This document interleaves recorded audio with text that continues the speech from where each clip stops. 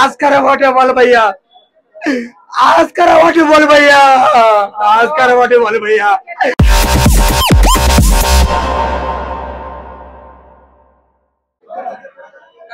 భయ్యా ఉపేంద్ర గారికి Oscar award ఇవ్వాలి భయ్యా, ఉపేంద్ర గారికి ఆస్కార్ అవార్డు ఇవ్వాలి. ఇవ్వాలా వద్దా? ఇవ్వాలా వద్దా? రేవంత్ రెడ్డి గారు అలాగే మోడీ గారు ఆస్కార్ అవార్డు ఇవ్వాలి, ఇవ్వాలి, ఇవ్వాలి. చిత్రగా సినిమాలో ఉన్నాయి భయ్యా బంచిక్ బంచిక్లు.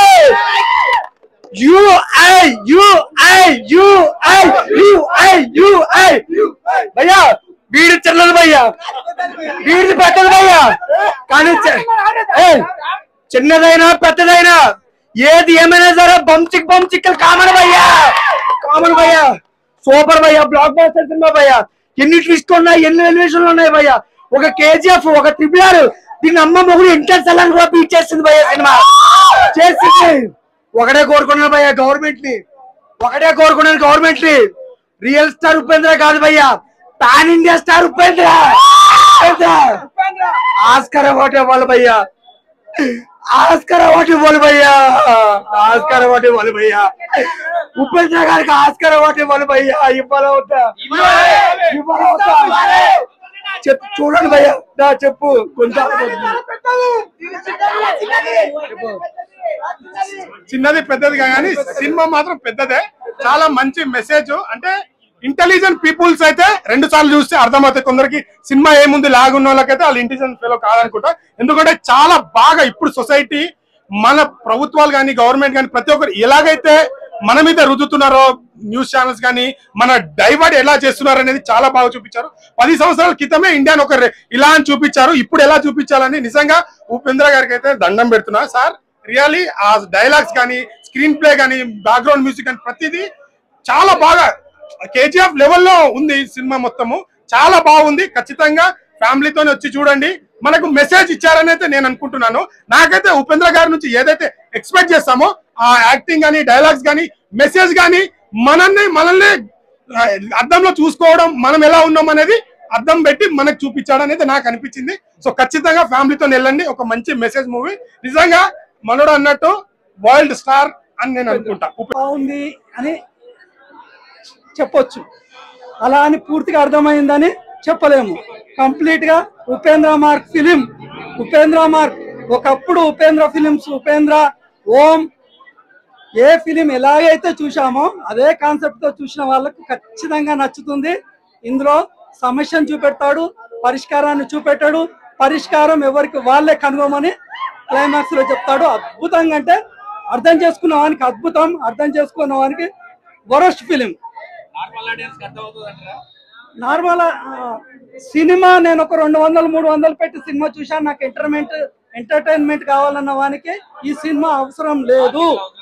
ఖచ్చితంగా ఒక సమస్య ఉంది, సమస్యకు పరిష్కారం తెలుసుకోవాలి.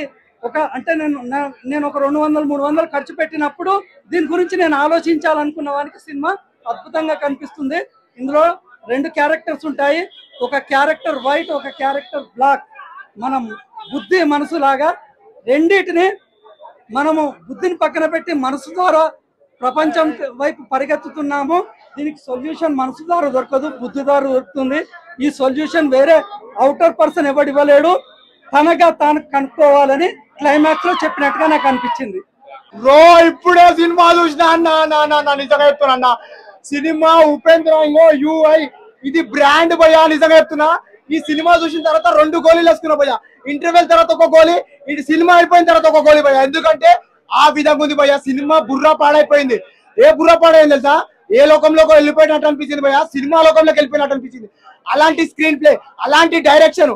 నిజం చెప్తున్నా భయ్యా, నీది చాలా పెద్దది, నాది చాలా చిన్నది. ఏమనుకుంటున్నావు? అదా కాదు, కులం. నీది చాలా పెద్దది, నాది చాలా చిన్నది. నువ్వు కొట్లాడుకుంటున్నావు కులం అని, మతం అని, తేడా అని, భేదం అని, పైసా కోసం, దానికోసం, దీనికోసం కొట్లాడుకుంటున్నావు కదా. అది భయ్యా సినిమాలో. నువ్వు వేరే విధంగా అనుకోకు. నిన్న బుర్ర పాడుంది. ఆ క్లైమాక్స్ సీన్స్ నువ్వు ఊహించలేవు. ఈ సినిమా నీకు ఎక్కాలంటే మినిమం డిగ్రీ నువ్వు ఇండియాలో చేసి ఉండలేదు, అమెరికాలో చేసి ఉండాలి మినిమం డిగ్రీ. అప్పుడు నీకు సినిమా ఎక్కుతుంది. అలాంటప్పుడే నీకు ఈ సినిమా అర్థమవుతుంది. ఎందుకంటే ఫస్ట్ స్టార్టింగ్ నుంచి ఆ సీన్స్, ఆ సెన్స్ ఆఫ్ హ్యూమర్, అలాంటి సినిమా ఒక్కొక్క సీన్ లో అర్థమైపోతుంటే ఆ నవ్వులు ఉంటాయి ఫస్ట్ హాఫ్ మొత్తం. ఆ క్లైమాక్స్ ఇష్టం, ఇంకో డబల్ యాక్షన్ సీన్స్ అన్న, సత్య అది వేరే క్యారెక్టర్ మామూలు ఉండదన్న. ఇలాంటి సినిమా నువ్వు చూడలేదనుకో నిజంగా భయ్యా, నిజం చెప్తున్నా, వేరే లెవెల్. ఇంకో కొంతమంది అంటారు ఎందుకు అంటే ఇంగ్లీష్ లో అంటారు భయ్, ఇప్పుడే చూశాను భయ్యా సినిమా యూఐ బ్లాక్ బస్టర్ భయ్యా సినిమా. వాషింగ్టన్ పౌడర్ నిర్మా, ఈ సినిమా చూడకపోతే నీ కర్మ. థ్యాంక్ యూ భయ్యా. నిజంగా సినిమా వచ్చిన ప్రతి సెకండ్ కూడా ఒరి నీ అమ్మ ఏంద్రా స్వామి ఇది ఎక్కడ సినిమా రా బాబు. నిజంగా సినిమాలో చాలా సినిమా వస్తుంటాయి కానీ ఇలాంటి సినిమా రాదనా. నిజంగా నేను చెప్తాను, ఒక సైకిల్ షూటింగ్ చెప్తానా, నా మైండ్ నిజంగా నేను చెప్తానా, టాబ్లెట్ తెచ్చుకున్నాను. నాకు నిజంగా ఆ రకంగా మైండ్ ఎగిరిపోయింది. నాకు ఉపేంద్ర సినిమా అంటేనే పిచ్చక నేను చెప్తా నా మైండ్ ఫస్ట్ నీలా తాగు. ఒక్క చెప్తానా, నువ్వు 150 రూపీస్ పెడితే కొత్త ప్రపంచం గెలుతావు లేదు తెలియదు కానీ ఒక 150 సినిమాకి వస్తే మాత్రం నీ కొత్త ప్రపంచం చూస్తావు. యూఐ నిజంగా ప్రతి ఒక్క యూఐ ఉంటది. నీది చాలా పెద్దది, నాది చాలా చిన్నది సాంగ్ ఉంటది. ఆ సినిమా సాంగ్ ఉంటా భయ్యా అసలు వేరే లెవెల్. నిజంగా అట్లనే డెడికేషన్, అట్లనే సాంగ్స్ అండ్ వేరే టైమ్స్ అది మెయిన్ గా ఉపేంద్ర యొక్క డెడికేషన్ యాడ్స్ చెప్పొచ్చు. నిజంగా ఆయన యొక్క డెడికేషన్ 2 పార్ట్లు ఉన్నాయి. ఒక డబుల్ యాక్షన్ చేశాడు, interval scene, second episode scene ఉంటుంది. ప్రతి ఒక్క డెడికేషన్, తన డైరెక్ట్ డెలివరీ చాలా డేంజరస్ ఉంటుంది. అంటే కామెడీ చేస్తుంటాడు, నవ్విస్తుంటాడు, మళ్ళీ ఏడిపిస్తుంటాడు. అబ్బో ఎలివేషన్స్ ఉంటాయి, కేజీఎఫ్ మించుంటారు భయ్యా, చాలా బాగుంది. ఇంటర్వల్ సీన్ క్లైమాక్స్ మిస్ కావద్దు, చాలా బాగుంది. స్టార్టింగ్ డైలాగ్ వేశారు ఆయన, ఇంటెలిజెంట్ ఉన్న వాళ్ళు సినిమాకి రాకండి, మీరు లంగలు లపంగా అయితే సినిమాకి రండి అని డైలాగ్ వేశారు. ఆయన డైరెక్షన్ ఆయన వేరే లెవెల్ అని చెప్పొచ్చు. Upendra is back, Upendra vintage is back అని చెప్పొచ్చు. నిజంగా ఈ సినిమా హీరోయిన్ ఉందన్న, ఆ హీరోయిన్ ఉండగా చందమామ దండగా అనే ఫీలింగ్ కలిగింది. అంత అందంగా, అంత గ్లామరస్ గా. అబ్బో ఒకళ్ళు మ్యూజిక్ వేస్తారు భయ్యా, ఆహా అని మ్యూజిక్ వేస్తారు. వామ్మో ఎక్కడ డైరెక్షన్ స్వామి, ఊత కోత సెకండ్ హాఫ్ అయితే ఊత కోత ప్రతి ఒక్క షాట్ చాలా జనం చెప్తున్నా, అదే తెలుగు కూడా చెప్తున్నా. పక్క సినిమా అయినా కూడా సినిమా చాలా మంది సినిమాలు అంటే చేయాలి చెప్తున్నా. సినిమా లంది ఈ సినిమా వేరయ్యా, విశ్వదాభిరామ ఈ సినిమా సూపర్ హిట్ రా మావా చెప్తున్నా. నేను పాకి పొరపాటు వేస్తాను. వాషింగ్ పౌడర్ నిర్మా సినిమా చూపడమే కర్మ, అంత బాగుంటది.